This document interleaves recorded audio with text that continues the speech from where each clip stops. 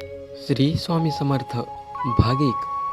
अक्कलकोट येथे श्री स्वामी समर्थ प्रकट झाले. सुरुवातीला लोकांना ते साधे संत वाटत होते, पण हळूहळू त्यांच्या चमत्कारिक शक्ती दिसू लागल्या. अनेक लोक त्यांच्या दर्शनासाठी दूरदूरून येऊ लागले. भाग 2.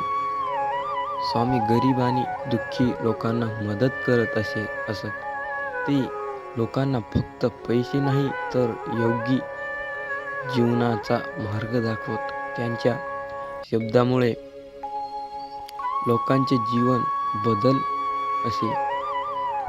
भाग 3. एक भक्त मोठ्या संकटात अडकला होता. त्याने मनापासून स्वामींचे नाव घेतले.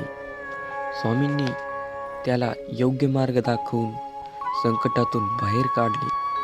भाग 4. स्वामी सांगतात असत, श्रद्धा आणि समय ठेवा, घाई करू नका, देव योग्य वेळी मदत करतो. भाग 5. एक खूप आजारी माणूस स्वामीकडे आला. स्वामींच्या आशीर्वादाने त्याची तब्येत सुधारली लागली. त्यामुळे लोकांचा विश्वास अजून वाढला. भाग 6. स्वामी लोकांना अहंकार सोडायला सांगतात. ते म्हणत, साधेपणाने जगणारा माणूसच खरा आनंदी असतो. भाग 7. एका शेतकऱ्याला स्वामींनी मेहनतीचे महत्त्व सांगितले. मेहनत केल्याशिवाय यश मिळत नाही हे समजावले.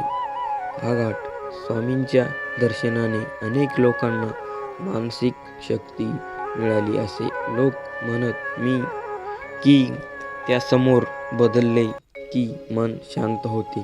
भाग 9. स्वामींनी नामस्मरण करण्यास सांगतात. ते म्हणत, देवाचे नाम घे राहिलास तर संकट कमी होतात. भाग 10. एक फक्त निर्णय घेऊ शकत नव्हता. स्वामींनी त्याला योग्य सल्ला दिला आणि त्याचे जीवन सुधारले. भाग 11. स्वामी दया आणि प्रेम शिकवत असत. ते म्हणत, सर्वांशी प्रेमाने वागा. भाग 12.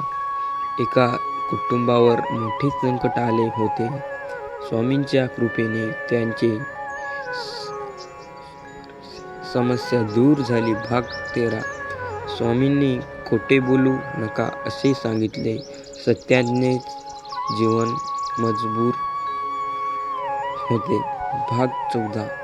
एका भक्ताचा हरवलेला सामान स्वामींच्या कृपेने मिळाला. भक्ताचा विश्वास अजून वाढला. भाग 15. स्वामी म्हणत, देवावर पूर्ण विश्वास ठेवा, भीती कमी होईल. भाग 16. स्वामींनी लोभ आणि वाईट सवयी टाळायला सांगितले. भाग चांगले जीवन जगण्याचा सल्ला दिला. भाग 17. एका भक्ताला नोकरी मिळत नव्हती. स्वामींच्या आशीर्वादाने त्याला काम मिळाले.